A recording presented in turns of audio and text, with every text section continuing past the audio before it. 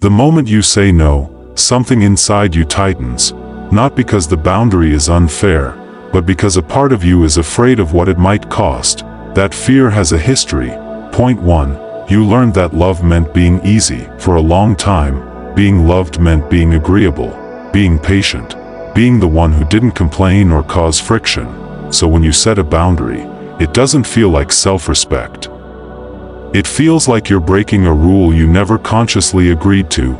Your mind knows you're allowed to say no. Your body remembers that saying yes kept you accepted. That's where the guilt begins.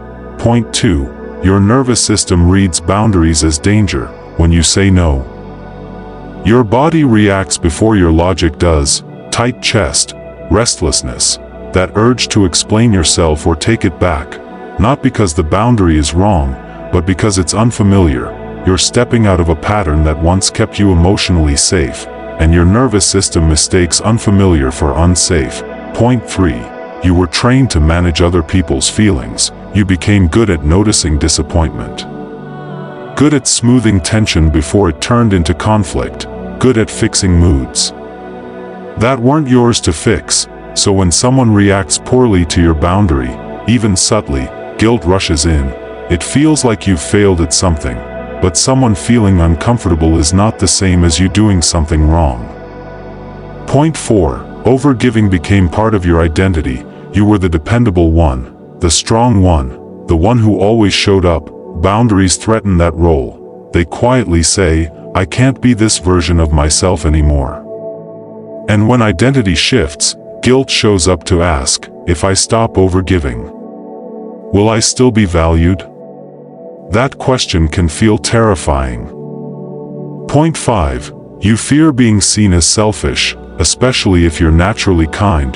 The moment you assert yourself, it feels like people will misunderstand you, label you, pull away.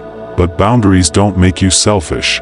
They reveal who was comfortable with you having none. Point 6. Guilt is a sign of growth, not failure. The guilt doesn't mean you should undo your boundary. It means you're unlearning something old. Your mind has moved forward, your body is catching up, and that gap is uncomfortable, but temporary. Here's the part no one tells you. The guilt may not disappear all at once. It fades slowly, quietly, with repetition, each time you hold your boundary without apologizing. Each time you resist the urge to over-explain, each time you choose respect over approval. And one day, you'll notice something subtle. You'll say no, and nothing inside you will collapse, not because you stopped caring, but because you finally understood that protecting yourself was never cruelty, it was honesty. And honesty, even when it feels heavy at first, is what allows real connection to survive. If this resonated, you're not broken, you're becoming someone who no longer abandons themselves to be loved, and that's not something to feel guilty about.